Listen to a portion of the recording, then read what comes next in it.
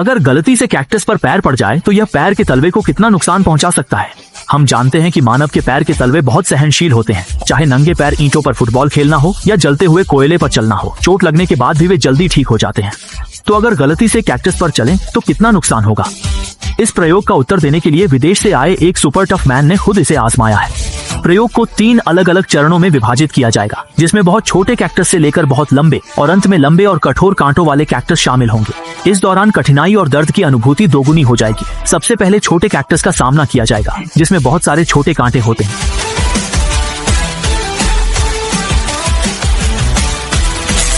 हमने देखा कि नंगे पैर छोटे कैक्टस पर से गुजरे और पैरों पर केवल बहुत सारा मिट्टी लग गया। दर्द की अनुभूति भी बहुत तीव्र नहीं थी। ये शायद इसलिए है क्योंकि छोटे कैक्टस के कांटे बहुत छोटे और मुलायम होते हैं। तो अब दूसरे चरण के लंबे कांटों वाले कैक्टस का क्या प्रभाव होगा।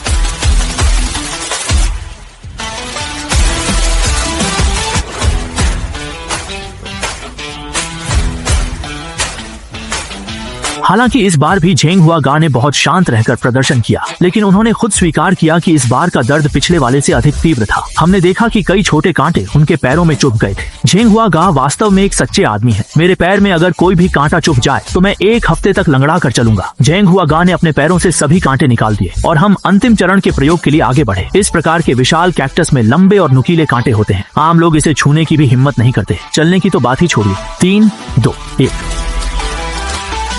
ठीक है, मैंने चूंकि उस पर कदम रखने से दर्द बहुत तीव्र था, झेंग हुआ गा ने सीधे उस पर कदम रखने की हिम्मत नहीं की। लेकिन जैसे ही हल्के से कदम रखा, एड़ी से टमाटर का रस बहने लगा और कैक्टस के कांटे गहराई से चुभ गए। जब कांटे निकाल रहे थे तो झेंग हुआ गा दर्द से दांत भींच रहे थे। कांटे निकालने के बाद उन्होंने दूसरी बार प्रयास शुरू किया।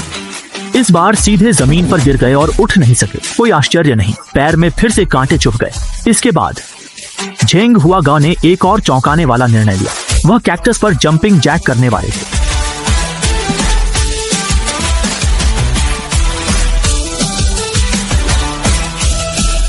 इस खट्टे और तीखे अनुभव को सामान्य लोग नहीं सह सकते। मजबूत लोग दर्द से जमीन पर लौटने लगते हैं। कांटे गहरे चुभते हैं और कांटे निकालते समय झेंग हुआ गा दर्द से अपने होंठ चबाते रहते हैं। मुझे लगता है कि बहुत से लोगों को बचपन में कैक्टस के कांटे चुभे हुए हैं और वह खट्टा अनुभव शायद आपको आज तक कैक्टस को छूने से डराता हो।